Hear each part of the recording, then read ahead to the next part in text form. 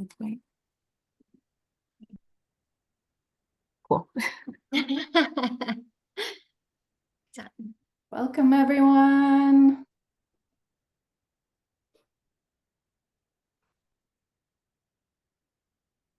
Hi, everybody. I love seeing everyone joining early. We were just recounting how we did ask everyone to try to join just a few minutes early to make sure that their video, their audio was working. We will do a few more engagement pieces today where we want everybody to be able to talk and share their video. So that's great. I'm glad everybody's logging in now.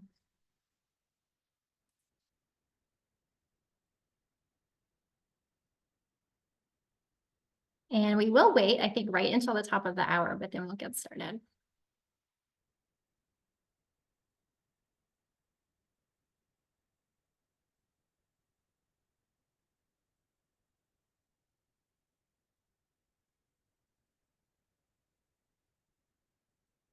If you're here and you're ready, Selena just put a pre-survey in a link in the chat. So if you have just a few minutes while we're waiting to officially get started at 1 o'clock, it'd be great if everyone could just pop in and take a look at the chat and fill that out.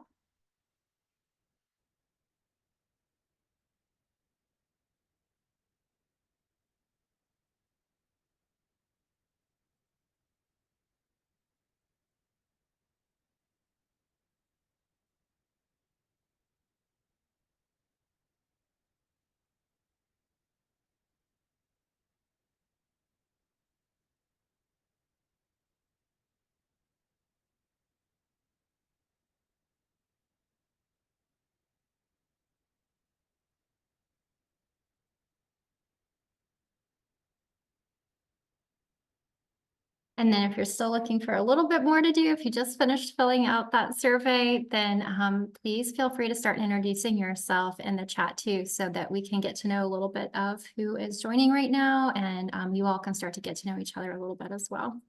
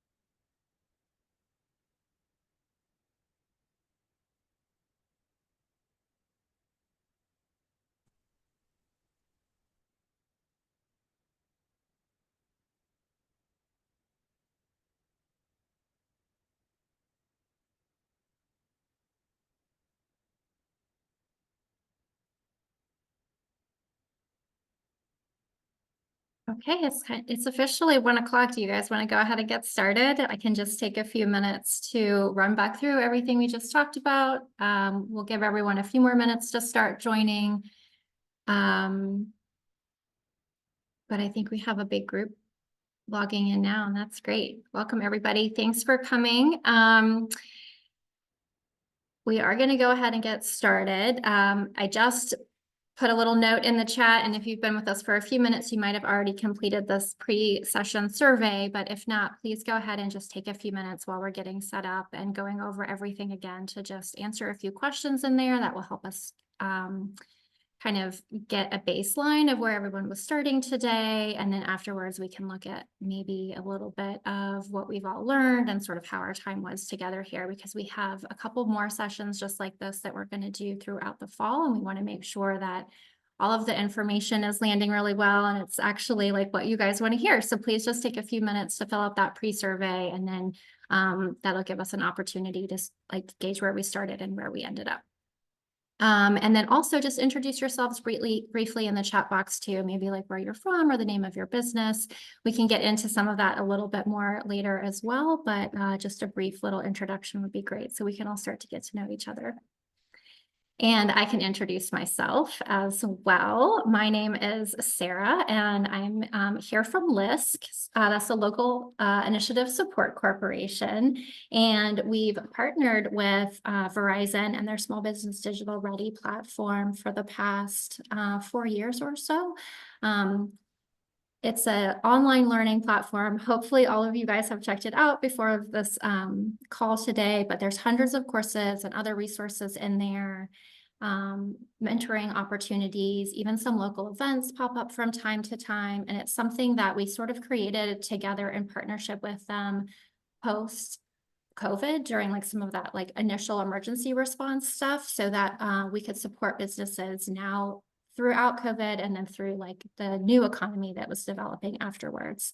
And today on the call, I have a couple of team members and another local small business owner who are going to go over a few of the specific courses that are in there. It's kind of like Digital Ready Book Club, where maybe you've watched a little bit of these courses, and then we're going to talk about them and go into some breakout rooms together to learn even more and start to kind of do a little like peer sharing and a little bit more learning about what to expect. So I think I'll probably stop talking and turn it over to my other team members here from the Intend organization. I've got Selena and Margot, and then another small business owner named Kamal who can introduce himself as well.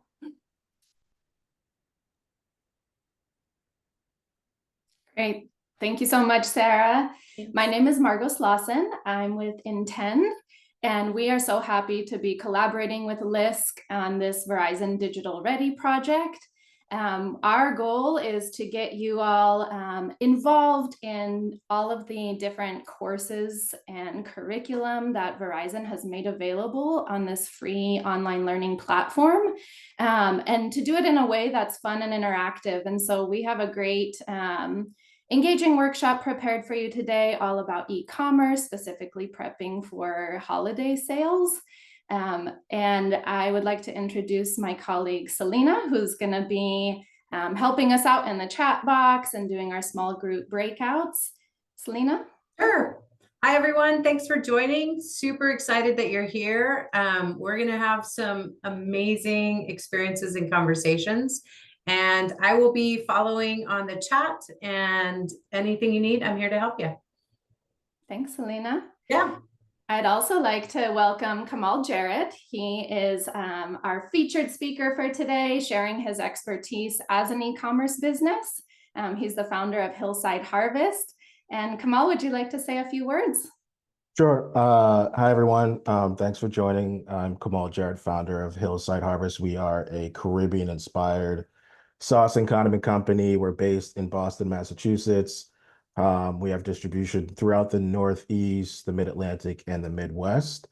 And we service our customers online, but also in stores through wholesale, and also direct to consumer through pop-ups as well, and food service. So we're kind of playing in a lot of different fields, but glad to be here and share a little bit of our experiences and kind of what has been helpful for us, especially around the holiday season.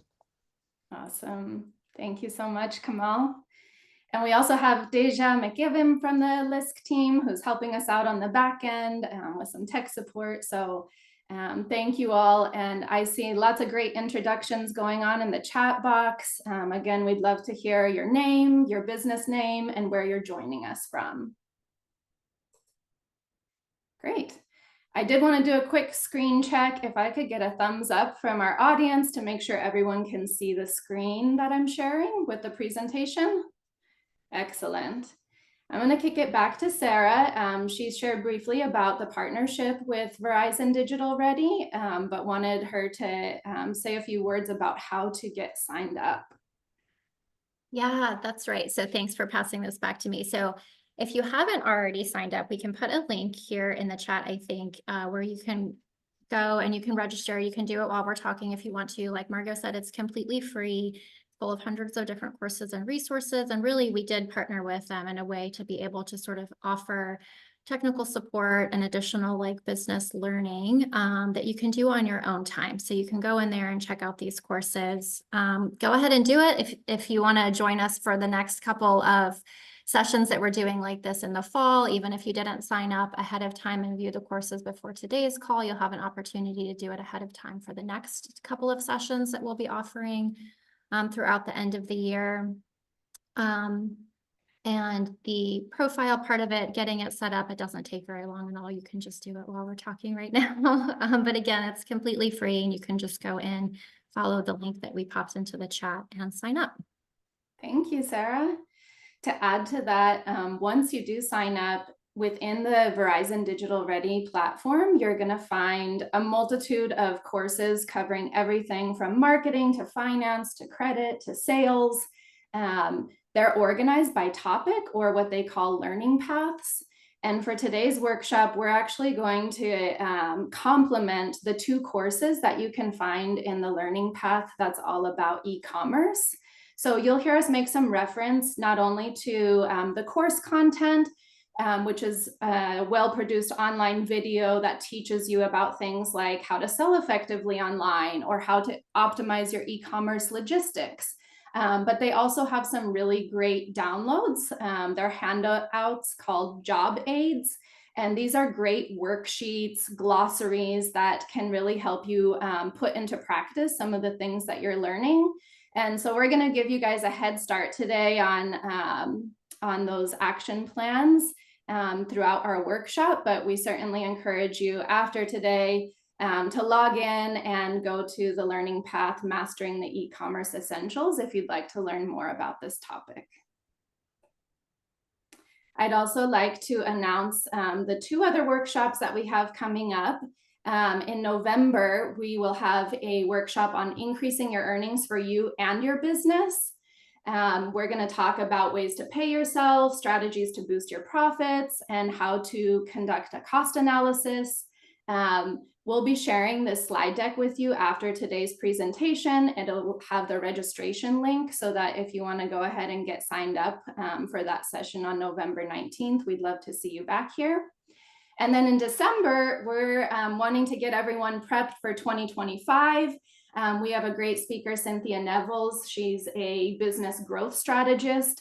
And she's going to help us learn how to set some objectives and goals for the new year and how to put those into place. So 2 great sessions following today that we hope to see you back for. Great. And then I can talk about this part too. Great. One of the ways that we partner with Verizon and one of the things that they're offering for small businesses, it's not just the resources online, but they're also offering capital as well through a couple of different cash grant programs.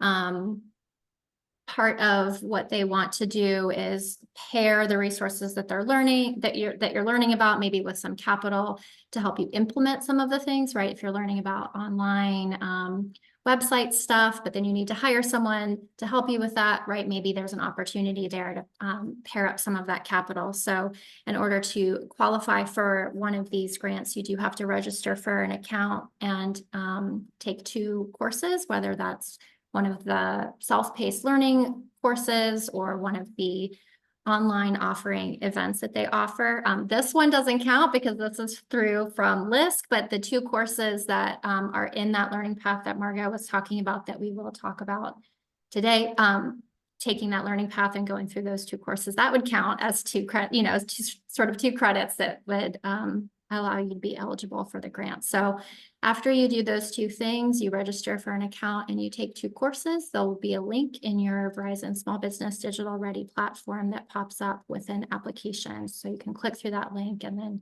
go to the application and apply for the $10,000 grant. And then we just had to add this slide late last week because as sort of like a special thing, Verizon announced that they're also doing a very limited application window for a $25,000 grant plus Super Bowl tickets in February. And for this, since this is sort of like a big thing, this is for big fans of this platform who have taken a lot of different courses. You actually have to do 5 or more courses, not just 2 or more for the $25,000 grant, because again, they just really want to like pair that capital with the learnings and the resources from the platform. And then they also are trying to encourage people to share about it online and tell other small businesses about what they're looking. So look at, what they're looking for, so that you also have to just post a brief video, and there's more details about how to share about what you're learning online. But it's 1 minute or less on one of your social media accounts, and you would put that in your application when you apply.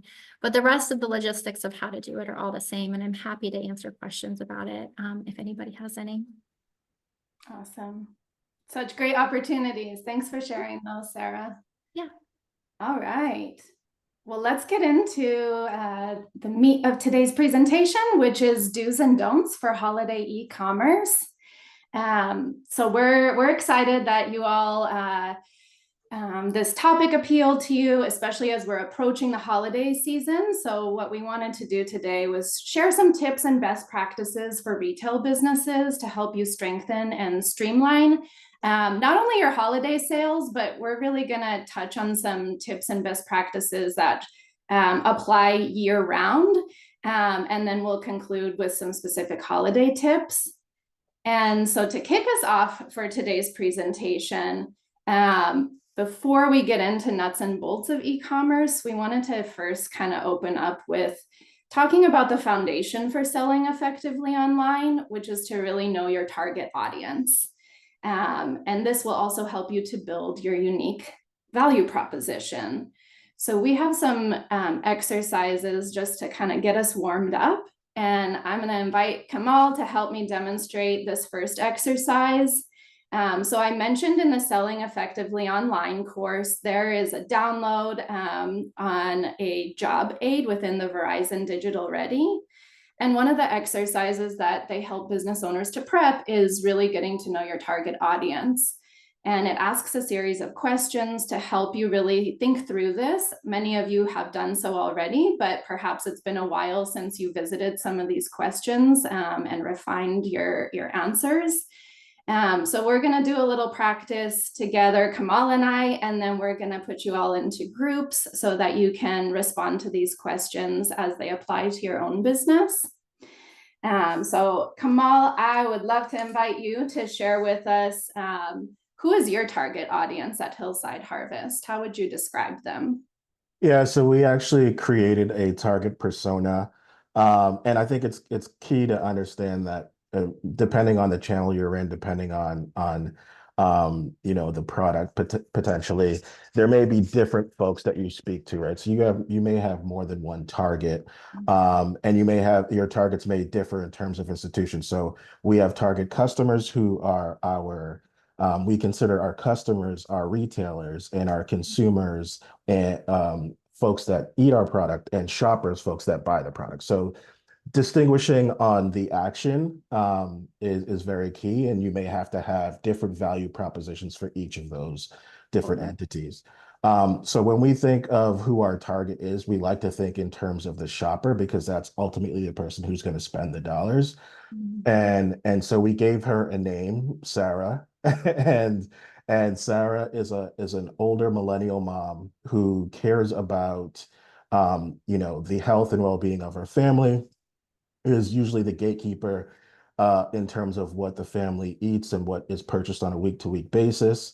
And she needs versatility in the offerings that she shops for, right? So understanding that there may be picky eaters in the family, her interest in terms of food may differ from that of her partner and or her kids, is something to keep in mind.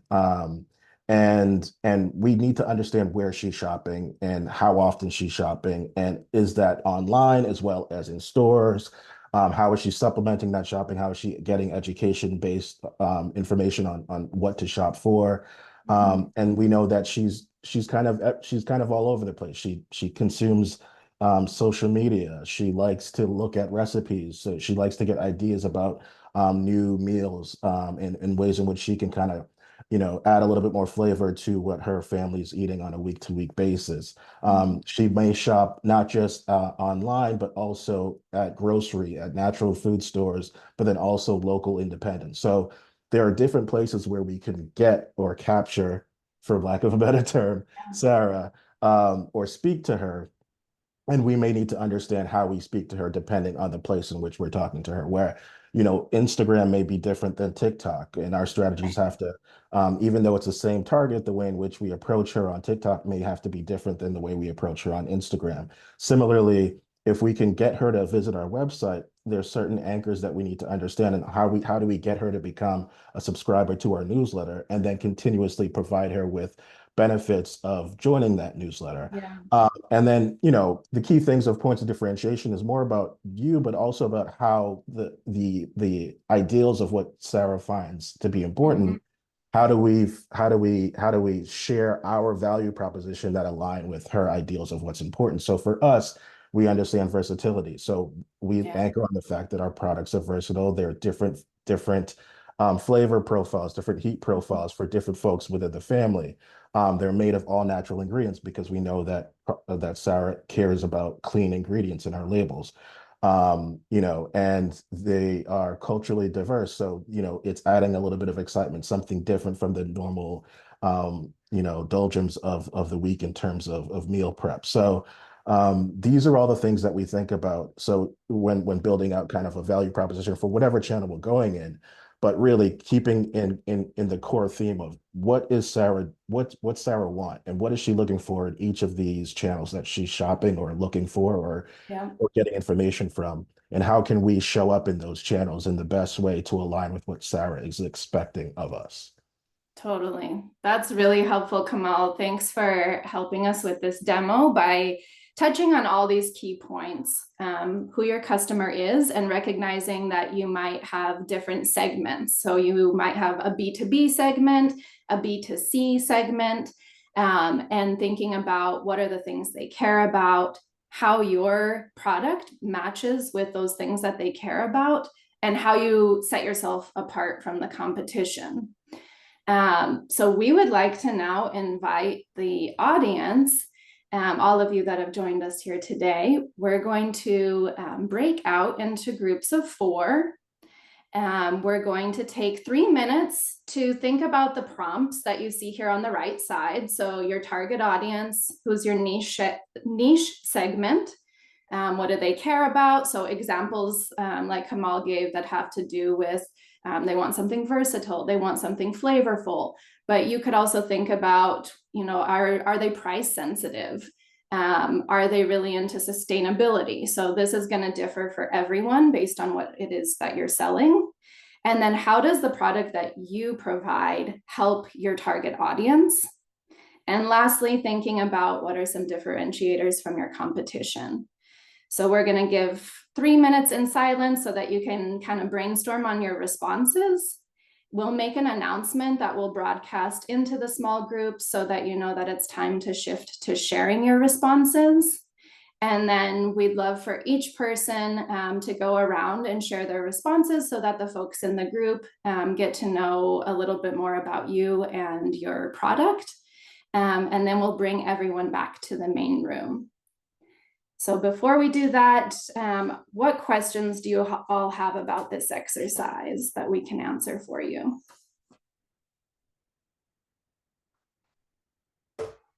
Any questions in the chat box? All right. Well, Selena's going to send us off into our breakout groups.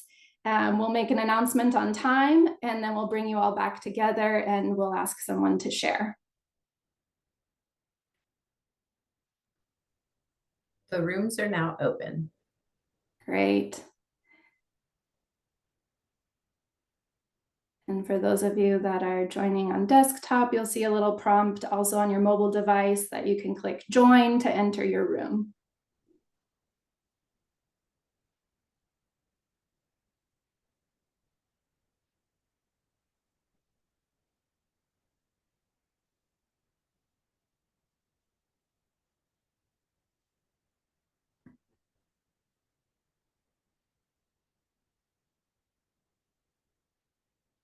Okay. And start our timer. Mhm.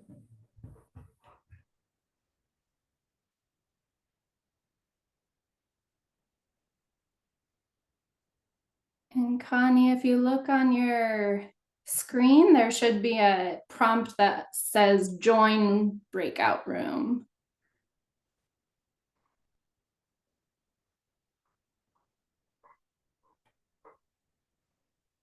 Awesome.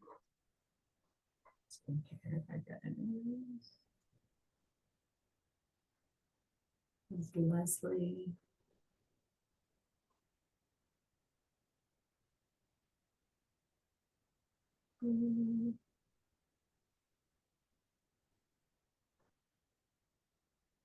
Let's see here, Leslie, I'm gonna assign her to a room. And Kanisha, if you're joining us from your device, if you look on your screen, there should be a prompt that allows you to click a button to join your breakout group. I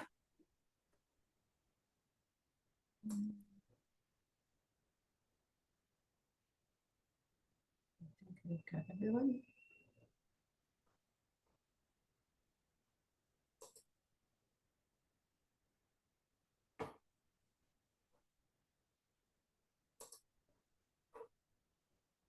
Great.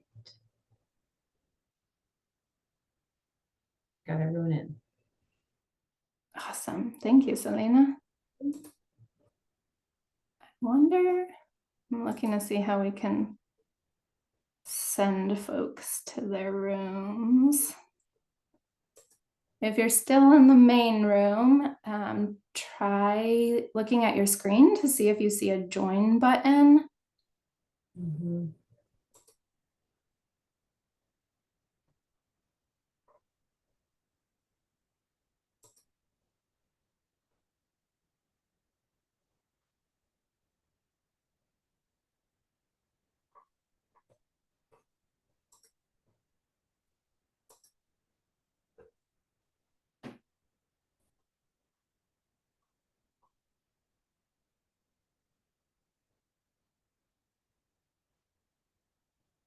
And if you're having trouble joining the breakout room, if you just want to make some notes to yourself in answering these 4 key questions.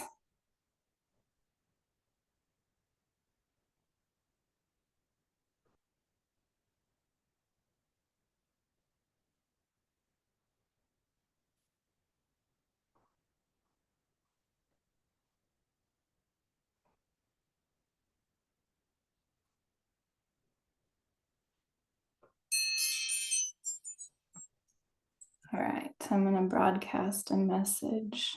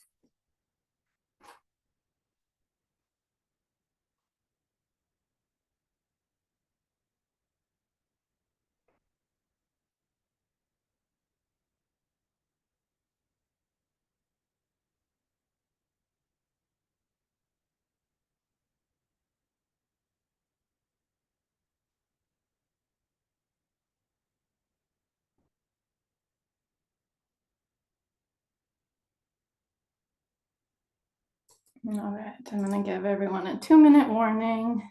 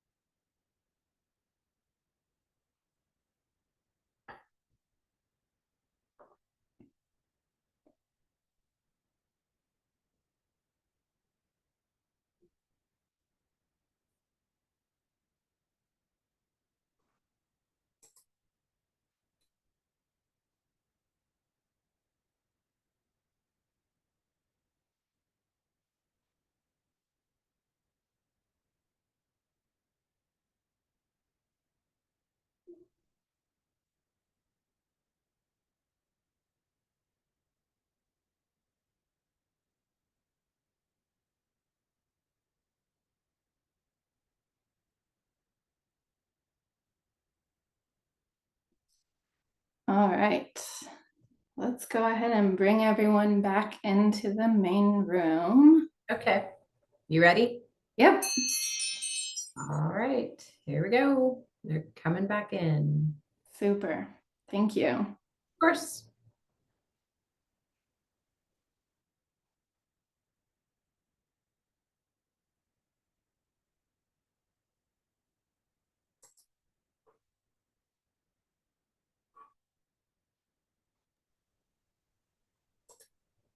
They're moving in.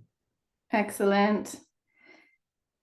As you all start to rejoin us in the main room, please share in the chat box your learnings from this exercise. So if you'd like to share about your target audience, and I'd love to get one volunteer to share aloud. So if someone would like to raise their hand on Zoom, we will unmute your mic, and we'd love to hear you share your responses to each of these 4 questions. Do we have any hand raises?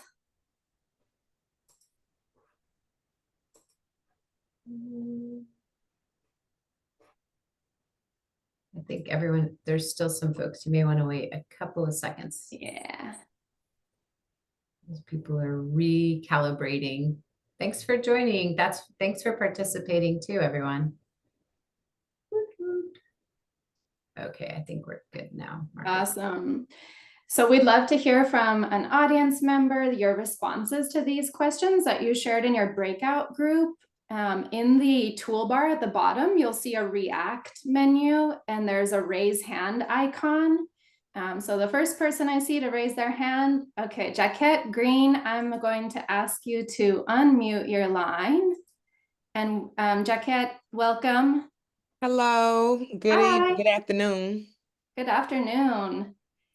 Can you share with us who your target audience is? Okay, hello. Well, my target audience is 28 through 55-year-old men and women who may feel like they want more out of life or just want something to do outside of work.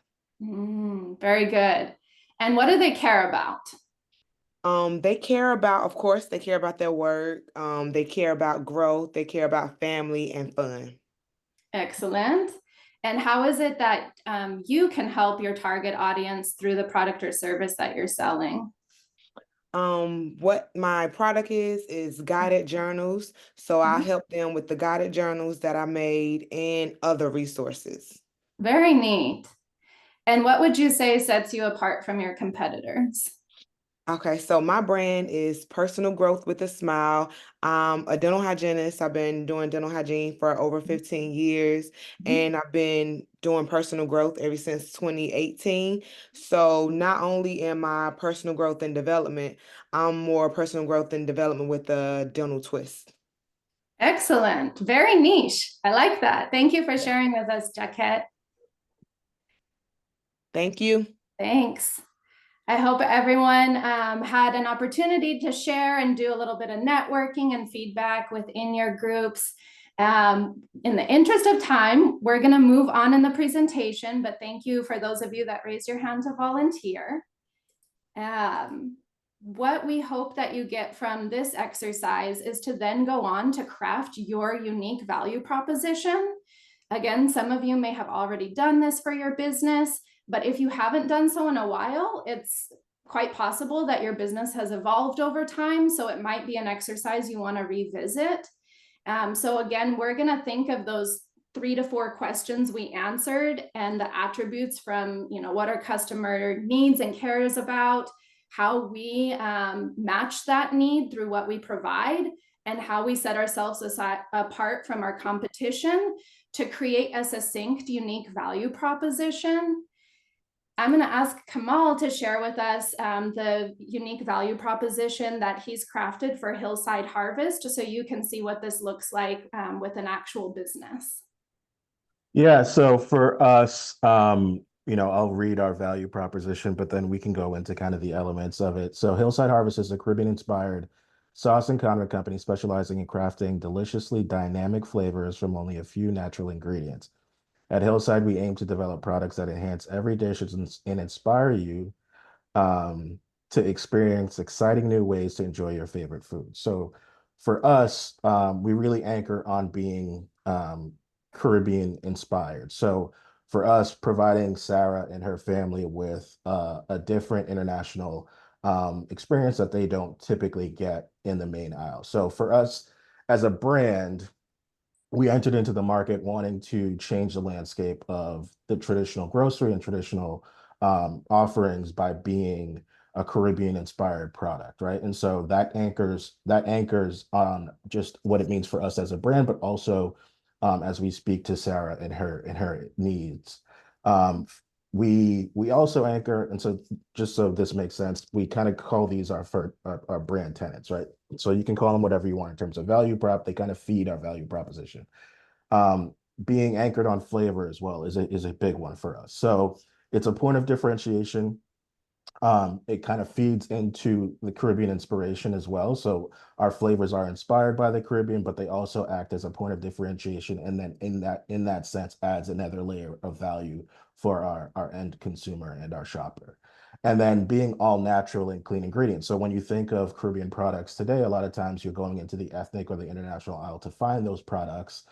And they may not be the healthiest execution in terms of food. And so we're a better for you version of that. So we're anchored on Caribbean expression. We provide flavor, and we're anchoring on being a better for you natural and clean ingredient product. As you can see by the chart here, a lot of these things overlap and feed into each other, right? So the flavor is directly correlated to Caribbean inspiration, and they all essentially provide value for our end consumer. And then again, we spoke about versatility earlier, but in all of the sauces that we create, making sure that we're adding a level of versatility for our end user and our shoppers. So again, we know that Sarah wants to have versatility in her products because she wants to be able to provide something different for the different need states within our house. And so as we think about developing, and as you think about your services or your product or whatever it is that you're working on, understanding what the expectation is for your end consumer and what value they're looking for is incredibly important as you try to build value, right? So we're not going to necessarily launch a sauce that doesn't hit on any of these points, because it would be a completely different venture in that sense, right? So again, these are things that kind of shift over time. As Margot was talking about, you may have to tap into Sarah on an annual basis to understand maybe her needs have changed, maybe her interests have changed as trends shift. Maybe flavor, the type of flavors that you pinpoint change, but ultimately, the core value that you're bringing should relatively be the same over time. And as you think about the next generation of products or the next generation of services, making sure that you're touching each of your core brand tenants or your core product tenants or your core service tenants that feed into your brand, feed into your value proposition is key. So it's everything kind of goes hand in hand, like who your consumer is or who your target is, what the service or the product you're providing, and the value. They all kind of speak to each other, and making sure that you're tapped into each of those different aspects of your business Totally. is key for long-term connection with your target consumer. Yeah, and I love how direct and concise yet powerful your unique value proposition is. I imagine it took you a couple of different attempts to come up with this. Can you tell us a little bit about how you kind of massaged your idea over time?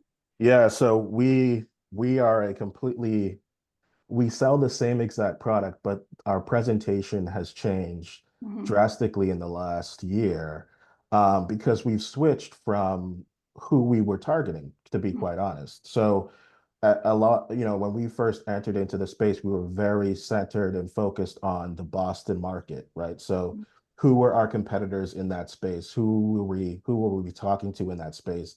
Yeah. And, for right or wrong, we were focused more on the consumer and who Mhm. we believed the consumer was. So that was a male of a certain age and a certain demographic. Mhm. And Interesting. we were talking to that person, but they weren't necessarily one making the purchase decision. And so, our branding was different. Our branding was more, dark tone, Yeah. simple, and and it took a while for us to be like, well, when we go to markets, when we look at who's signing up for a newsletter, when we look at who is following us on social media, it's completely different than who we are marketing to. And Right. so we had to shift our focus and find out and go a little bit deeper and to find out who is this person that's buying Yep. from us online, who is this person Yeah. that's coming to see us at pop-ups, who is this person that's going to the grocery store to pick up a bottle. And that's where we found that it was Sarah. And we actually did a little bit more primary research to understand what her needs were, and then made a conscious effort to change the way in which we marketed going forward, down to the Good. packaging. Everything changed, Yeah. because we were speaking to a different person. That's powerful. And when you, one, I love how you named your target persona. So you have kind of an avatar that Yeah. everyone on your team has in their mind when they're making decisions about the business. Was it your internal team members that you worked through with this? Did you rely on like an advisor? What resources did you tap into as a sounding board? Yeah, so I mean, I started the business by myself. I was making the sauces in a commercial kitchen and selling directly into retail and directly online. What I did make use of was things like this, right? So Yeah. we did a ton of incubators and applied for opportunities to create more communities. So whether it was grants or whether it was just consumer pack for us, we're in the consumer packaged goods industry, so consumer packaged good networking events and networking Slack channels and things like that. And we started to meet people that had done it before and started to create bonds with folks. And ultimately, yes, I do have advisors now that have been in the industry for a number of years, Yeah. but getting the insights from them of like what they've done Yeah. to kind of create a more targeted marketing strategy. But then also, it's almost it's once you're in it, it's sort of not, it's not common sense, because nothing about running a business is common, Right. but I would say like you're gonna find out fairly quickly that something's not working. We Mhm. right, like Yep. and that was the case with us. It was we started diving into why certain things weren't sticking in Yeah, terms of like, money spent on Facebook ads or money sure. spent on Google ads. And it was clear when you looked at who was visiting our website or who was doing certain actions, which luckily the data is there. Google Mhm. does a great job of tracking everything. Yeah, Um, we were able to see that we were speaking to the wrong person. And so at the yeah, very least, even if we didn't know exactly how to plan out the tactics going forward, we knew that, something was going to be a little bit different going forward because our target, who we thought was our target in our head, was not our target. yeah. And I that was I clear. love that. And everyone knowing that you have to be adaptable to make those changes, even if you were really married to that idea in the beginning of who your target was, looking at the data to back up those decisions and pivots that you made and not being afraid to make the changes. Yeah, I'll just add, I spent a number of years as a product developer That's right. at Keurig Dr. Pepper. And one of the things that we would tell each other in our meetings was first of all, nothing about what you want matters. So whether it's a flavor, whether it's an attribute, it should be 100% consumer or customer driven, right? And Oh, so you have to take away your preconceived notions about what you're building yeah, sometimes and listen to the folks that are telling you what they want your brand to be without, obviously, you're creating something and it has to be meaningful to you about what you're creating, but sure. ultimately the problem you're solving, your customers and your consumers will a lot of times tell you what that problem is. Yeah, So you really do have to use data and really and that's your form of listening, right? Is listening to the totally. data and be open to shifting without losing yourself, shifting to what is needed for your consumer, not necessarily what you want to do. I love that. And that's a great transition into this next portion of our presentation. Now that we kind of have the fundamentals set of understanding your customer, being customer centric, and defining how it is that you speak to them and sell to them. Now let's get into the nuts and bolts of e-commerce. So we'd love for everyone online to click the link that's in the chat box. Selena just shared it. So you can click the hyperlink. If you're joining us from your mobile device, go ahead and scan the QR code and it's going to pull up our first poll question. I'm going to switch screens. And while I'm doing that, if you all have any questions for Kamal in the chat box, now's a great time to ask them. And I'm going to pull up the results of our first poll.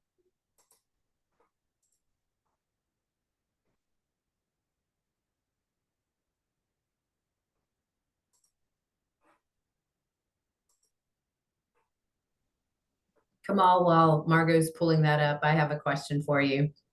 In terms of just you navigating to your small commercialized kitchen, were you like totally gangbusters or were you a little nervous or were you like, can you tell us a little bit about how you got to get so comfortable to where you are today, just from Yeah, that initial experience? yeah, no. So I mean, I loved cooking before this before this venture, but it was nothing compared to what, you take on as a manufacturer. And so I knew enough that about what I didn't know to know that I needed to find help. And so Mm, we're lucky here in New England. We have a number of small business food startup incubators. And one of the largest ones in the region is in Boston. It's called Commonwealth Kitchen, and we leverage them to do a food business 101 course. So I had spent a number of years in consumer packaged goods, but I knew that I didn't know, down to how, the yeah, ins and outs of how to start a business,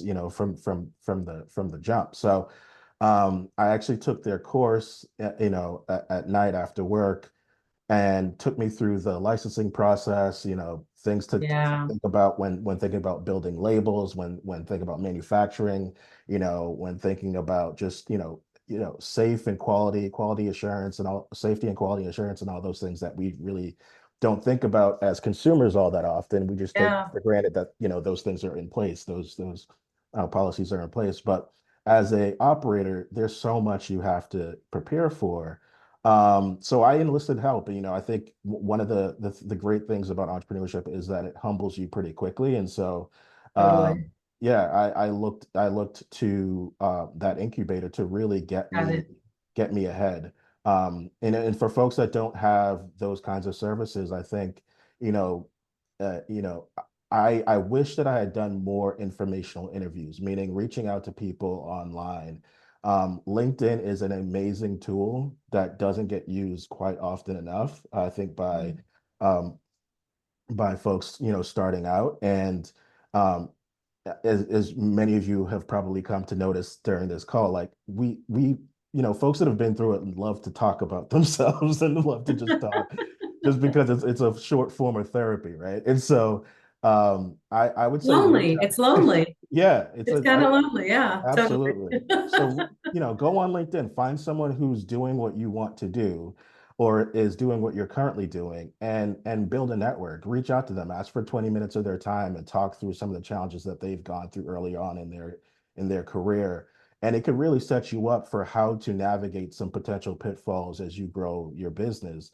You know, I was lucky enough to have the incubator where they invited folks to come in and kind of share those stories. But for folks that don't have that in their neck of the woods, definitely leverage LinkedIn, leverage, you know, other you know, boards or message boards or things that you guys are a part of, That's and reach great out to folks advice. and have conversations. Yeah. Thank Thank you. Yeah. Well, I'd like to direct everyone's attention to the results of our first poll, which is where do you currently sell your product? And we have a good majority of folks that have their own e-commerce website. So that's great. And we're going to ask you next about, you know, what are some of the benefits of that? We also have a few people that are selling on an online marketplace, whether it's Amazon, Etsy, a digital wholesale marketplace.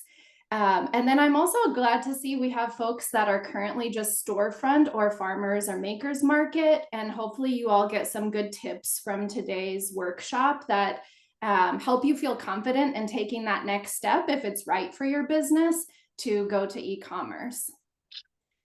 Our next poll, we'd love for you to just type in your responses, the first thing that comes to your mind when you think of what are some of the pros of selling your product on your own website versus an online marketplace. And so for those of you that already have your own e-commerce site, share with us, you know, what you feel are some pros. If you are not yet on e-commerce, but perhaps you started doing some initial research, we'd love to see what you feel like might be some of the benefits or advantages.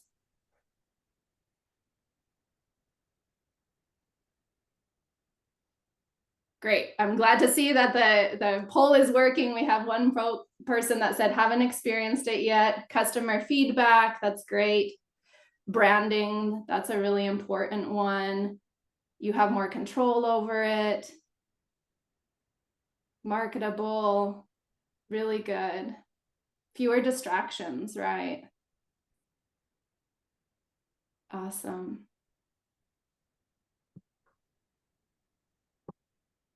Customizable, very true.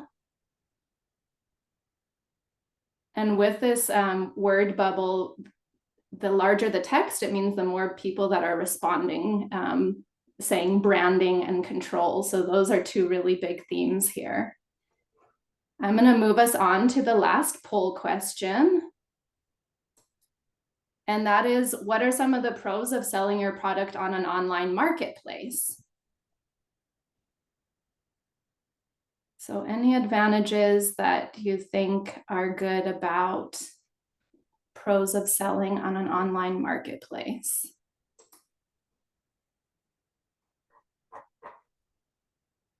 Excellent. The exposure, that's a really big one. Greater reach, so having that built-in audience.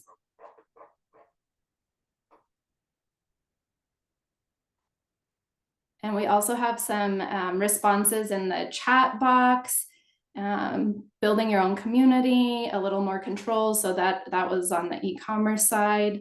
or I'm sorry, on your own website. So thanks for those that are participating in the chat as well. Marketing is easier. It looks like our most common response on this one is exposure. So thank you all for participating in those polls. It's great to hear from you all what you've experienced as far as some of the advantages and disadvantages. I'm going to shift us back to our presentation so we can pick up where we left off. And Kamal, if you touch on from your experience, we saw from the audience what they felt are pros and cons of having your own e-commerce website. A few of those are presented here as well. Are there any that really speak to you and what you've experienced with the Hillside Harvest e-commerce? Yeah, I think the idea of control was a major one for folks, and I sort of agree with that. I would kind of market it differently as data and being able to have access to who exactly is shopping for you. I think the challenges, and we'll touch on that for maybe other online retailers, is that you may not get access to that data, and that data is yours on your proprietary website, which allows for you again to make decisions on product or services based on what who's coming to your website, who's buying, and what their idea of value is. Yeah. And the other thing I think is access to that core group and being able to potentially get them into the fold of being a subscriber to your newsletter or a subscriber in general. And those folks tend to be the folks that care about you, your product, your service, your brand more so than anybody else. And having that baked into any business structure is incredibly beneficial when you send out an update, when you send out a coupon, when you send, like, those are the folks that are going to have the highest engagement with you as a brand and service. And so having accessibility to that is a major pro for a proprietary website. And what platform did you start with, and what platform do you use now for your website? Yeah, so we started with Wix. We didn't have e-commerce our first 6 months, oddly enough. And so it was more important for us just to have a spot to for folks to get education. So for us, education and understanding where the brand is and understanding who we were and what we were about and having a place to direct people was the most important thing. And so Wix allowed for a lot of flexibility in terms of how we structured the site. And so we went with them. And then once we decided that we were going to start e-commerce, we actually shifted to Shopify. However, we have friends that use Square as well, and so it was kind of a tie between the two of them, and we just ended up going with Shopify because of all the applications that they have on the platform. Great, thank you for sharing that. And I'd like to reference in the Verizon Small Business Digital Ready course of selling effectively online.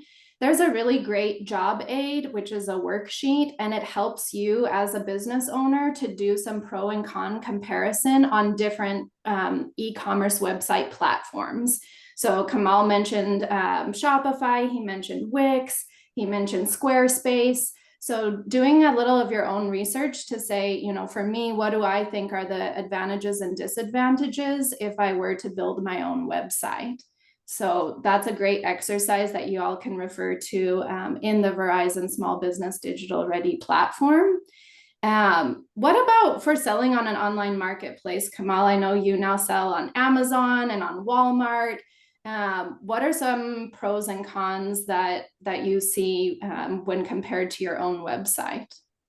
Yeah, I would say the pros are in line with what has been mentioned, the exposure. So you have a captive audience, right? So the beauty of a place like Amazon is that when we spend marketing dollars against specific, search words or what have you, we know that, these folks are online ready to shop, right? They're not on Amazon necessarily there may be some browsing, but more often than not, they're ready to shop. Yeah. And so you have a captive audience that wants to potentially buy your product.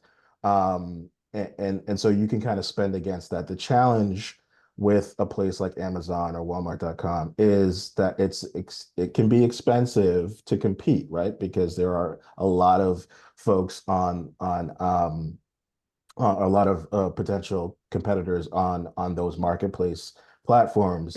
Also, you have to be on top of it. The algorithm, especially on Amazon, is not for the weak at heart, and will, will you may go down in ranking simply for a lot of things. It could be for not having enough stock in fulfilled by Amazon. If you're fulfilled by Amazon vendor not having enough stock in inventory, you may get knocked down.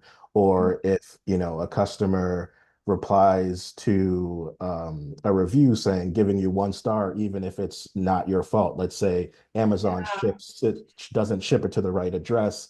A lot of times customers don't know. They assume it's the brand. And so they give you a 1 star review. Now, Amazon allows for you to dispute that review, especially if it's their fault, but they only give you, I think it's 30 or 40 days to do that. So if you miss it, let's say you don't check your Amazon account and you miss it, that 1 star review is not getting changed, regardless of whose fault it is. So things like that become challenging. We've used consultants in the past. I know that's not the cheapest option, and even that's not guaranteed. It's definitely a lot harder for certain products to do well on those sites. But again, you have a captive audience, and if you can figure it out, it can be a really powerful tool. Yeah, I think you touched exactly on those 2 word bubbles that popped up as most prominent, which was exposure on the pro side and loss of control on the con side, right? 100%. 100%. Yeah. I'd like to transition us now into talking about some of the do's and don'ts of e-commerce, and you've touched on a few of these. Are there any 2 that you want to kind of call out that have been really helpful in building up Hillside Harvest e-commerce business? Yeah, I'll talk about one that we've done really well in and one that we haven't, right? Yeah. And so one of the ones that we've done well in is just branding. So, that part of that's because of my background. I came from kind of a marketing background. So we invested heavily in branding. And so we looked a lot bigger and a lot more prominent than we were, back in 2019, right? So we looked like we'd been there for a while. And so a lot of that is perception, right? And so your brand is everything and really should be the next thing in terms of importance after the product, which is quality, efficiency, all that stuff. But ultimately, after the product or after the service should be, how are you viewed by people who are coming to see you on your website or on your whatever? And so invest in, good photos, or, if you don't have the capital to, outsource those things, then take a course on product photography and do the best you can so that the representation of what it is you're selling comes through. And it's really important to put that hat on in your website in general. So the hat on of the consumer or the shopper, and make sure that you shop your site and think about how you would react to seeing certain things if you were a consumer on the other side. That's 100% what brand is, right? It's like how do I want my product or service to be represented, and do I see that when I look at it, right? So kind of take off the owner hat, put on the consumer hat, and shop your site. So that's something that we take pretty seriously, and we do fairly well.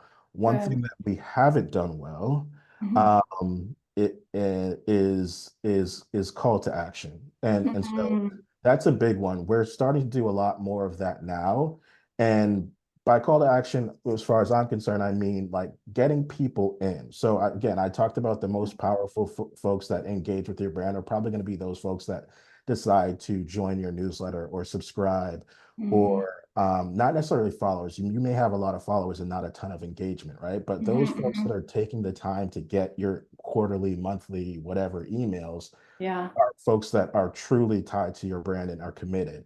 Mhm. So you need to get those folks. You need to find them and get them. And so whether that's pop-ups on the website, whether that's QR codes that when you go to your events, you have QR codes that are driving people to be subscribed. Mhm. The beauty, one of one of the, I guess there aren't many, but one of the good things that has come out of COVID is that everyone knows how to use a QR code now. Yeah. And Yeah. so get those people in, the folks that you're engaging with, you're spending so much time at a pop-up, or you're spending so much time at a trade conference talking to Mhm. folks, and they want to know more about your brand, rather than just saying, hey, come to my website, maybe drive them directly to your newsletter, or Mhm. and and that enables them to essentially be connected with you as you get more information give out more information about your business, or give Right. out discounts or what have you. So we could do a better job of that, but I think that's a major thing to do as you build out your sites and prepare for holiday. I like that. And in that vein of sharing some of your learning lessons of mistakes, what sticks out to you from this list that we compiled of e-commerce don'ts? Let me think. So I would say overload your visitor with unnecessary information. I think Yeah. you would never think it by how much I talk, but I am very simple when it comes to copying words on our site or on our Yeah. presentations and things like that, because what I've learned over the years is that folks don't read. Like, it's just they tend to shop with their eyes, or what they do read, it's typically peer-to-peer customer reviews and things of that nature, Mhm. right? So Mhm. be descriptive, be concise, but again, this is part of branding. Make sure that you're leading with what folks want. So if you're a service, then yes, have case studies, but have, very vibrant, attention grabbing case studies that folks could dive into. If you're a product, 100% the visual of your product, you can't taste it, touch it, use it. So you want to make sure that the visual is there, and the copy is not I mean, it's important in terms of SEO, but it's not Mhm. as important in terms of I need to explain 100% all the elements Yeah. of this product. And I remember you telling me, you said your website is really your chance to make a good first impression. Absolutely. So Absolutely. having those visuals, I know you use a video on your website. Mhm. Everyone is all about the video shorts these days. You also told me a little bit about policies, and that you had a few learning lessons on how to make sure you have some really well-defined policies as far as the shipping and returns. Yeah, so we have a food product, and the website is public. So people, unfortunately, you may have some bad actors that may try to do certain things and request certain things, but ensuring that your policies are clearly stated, whether it's returns, whether now obviously if things happen in shipment and things like that, but that's where you want to be wordy. That's where you want to be that Yeah. you want to be clear, but you also want to make sure that you account for anything that could potentially happen Yeah. in terms of terms and conditions and what have you. Just protect yourself in the event of someone not getting a product, not liking the product. What are your policies for returns? If you do have them clearly stated.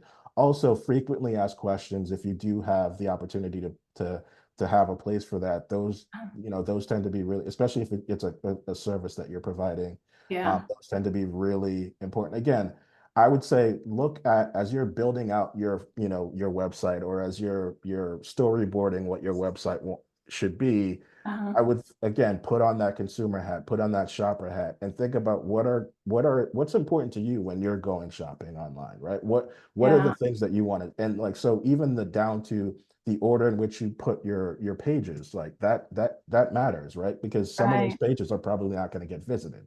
So maybe Yep. the most important things need to be on your home page. But again, I can't emphasize enough, shop your own website and make sure that the things that you hold true, um, or the things that your core target consumer holds true is being represented, and represented in a way that contributes to Yeah. conversion and ultimate sale. Those are really solid best practices to put in place year round.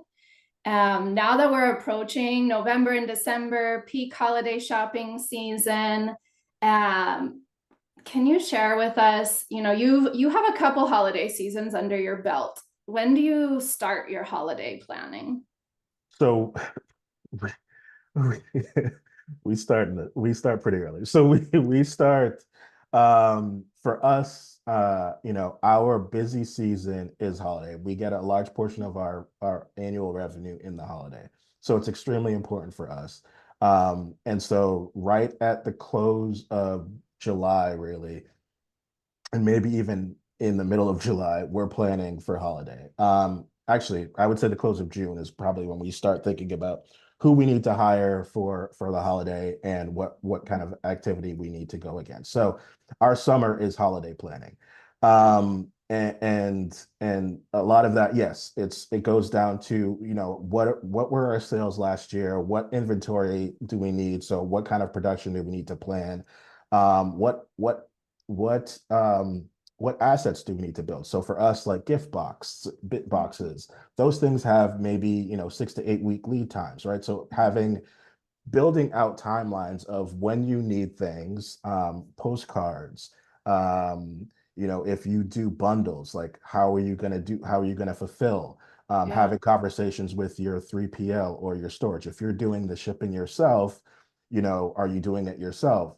Having a strategy of what you're going to do, because when the holiday season comes, holiday for everyone, especially if you're a product company, is a busy Yeah. time. And Yeah. so, maybe need to have a conversation with the USPS on establish a pickup, window, even if they're coming to your house Yeah. to some of your time. So, you really should be thinking about that as early as you can. Yeah. Because once the holiday comes, it comes quickly, and folks tend to, um, the folks that tend to wait until November to plan, tend to have a really tough time. Now, it's not impossible, but it's just you're trying to packing a lot of preparation into a couple of weeks, because essentially nowadays the holiday season starts, very early. My wife was Yes. asking to put up the lights next Monday. So It so is upon yeah, us. yeah, yeah. And even though we are already basically coming into November next week, I love what you said several times throughout this presentation, which is referencing your data. So even if you don't have time to put some of these things in place for this holiday season, taking the time to look back at which of our products performed the best, where did we have glitches in our shipping logistics, where could we do better from a staffing standpoint, and taking that time in January to reflect back with your team on some of those pros and cons, do's and don'ts as you go into the next season. Yeah, and thinking about who, like, if you have aspirational things, right? So we talked about corporate gifting and things like that. Yes. And that's something that we love we love our corporate gifting list to grow every year. Yeah. So, putting together a strategy of who you're going to reach out to, like who, maybe you locally have relationships with local businesses, local corporations, or even if you don't, maybe, again, this is where LinkedIn could be of help, reaching out to the engagement officers or HR or in institutions that you want to potentially work with. Sending samples in the summer when things are a little bit slower and people are a little bit more likely to take a gift from you or take a visit from you. But getting those strategies in place as early as possible so that you have that partnership already formed way in advance of the holiday season is key. Yeah, and that really comes full circle, back to the beginning. And some of your holiday customers may be different from Sarah, right? Your avatar for everyday year-round sales. Now you're talking about corporate gifting. And so, you know, who's that purchaser who's responsible for making corporate gift holiday purchases, and what are the things that they're looking for? What's their price point? Where do I find them within these businesses? So revisiting those questions that we exercised and workshopped early on, and what's the unique value proposition for them. So thanks for sharing with us, Kamal, all these different preparation tips. We will be sharing the presentation with the audience so that you all have these at your fingertips, as well as all of the links that we shared. I want to also encourage everyone to join our Slack channel. We had lots of great discussions going on in the chat box. I saw you all sharing some of your resources, some of your questions. I did want to get to one of our early on questions, Kamal, which was for you, that asked about primary research. When you were talking about how you defined your primary target audience, what are some of the tools you used that folks here online could consider? Yeah, so we did two things, or we've done two things in the past. A lot of times, or I should say three things. We've surveyed folks. Now, a lot of the things that especially a small business will get in terms of primary research is not statistically significant. However, it is directional, right? So it can be used to, you know, inform a direction or an action that you should potentially take and give you enough confidence to move forward. You know, primary research at a statistically significant level is extremely expensive. So we've surveyed folks. I mean, everything down to when we were kicking off the brand, we surveyed my network of friends. And I've sent out surveys to my retail customers, getting feedback on what they think in terms of product and positioning and what have you. We've also do a lot of pop-ups and farmers markets. And so we ask people straight on what they think about things. And actually information from things like pop-ups drove product reformulation because we were getting a lot of feedback that, you know, something needed to change. Another thing we've done is use influencer campaigns and tapped into about 2,000. The company was called Moms Meet. It's not around anymore, but essentially we were able to tap into 2,000 moms that met our criteria for Sarah, and get feedback on product, but then also understand exactly what was driving their purchase decision. So those you know, there are a myriad of things that you can use, but ultimately, you know, just don't be afraid to put together a quick survey, you know, monkey, and send it out to folks in your network and get feedback. Excellent. That's the quickest way. Thanks for sharing those tools. Again, for the questions that we didn't get answered, Selena's been capturing them from the chat box as well as the resources, and we're going to migrate those over to our holiday ecom Slack channel. It's a free messaging platform. We're going to have it open from now until December 13th, and it'll be a great way for us all to continue this engagement. We'd love to see everyone back on November 19th for our next session, which is all about increasing your profitability for you and your business. And our final session on December 10th, which is the 2025 Growth Strategy Essentials as we go into the new year. And then we also want to remind you all to sign up for your free Verizon Small Business Digital Ready account. That's where you can watch the courses that we referenced today. You can download the handouts. If you watch just those two courses related to mastering e-commerce, you're going to be eligible for the $10,000 grant. If you want to watch 3 more courses, you'll be eligible to compete for the $25,000 grant. Again, those grant deadlines are November 22nd and December 13th. So don't miss out on those opportunities. And Selena has shared the links in the chat. Please share with us your feedback on today's session. We'd love to hear from you about what you liked, what we could do better on next time in the post-session survey. And thank you all for your time today. We look forward to seeing you on the Slack channel. Thank you, Kamal. Thanks for having me. This was fun. Great job. Thank Thanks you. for all your wisdom. Yes. Yeah, Everyone, good thank luck. you. Everyone, Thanks, good luck. everyone. Right.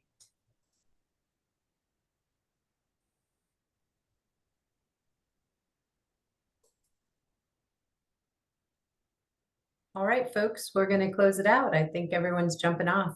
Thanks so much, Kamal. Great job. No Margo. problem. Thank you all. Thank you. Thanks, Margo. Thanks, Thanks. Sarah. Bye-bye. Bye-bye.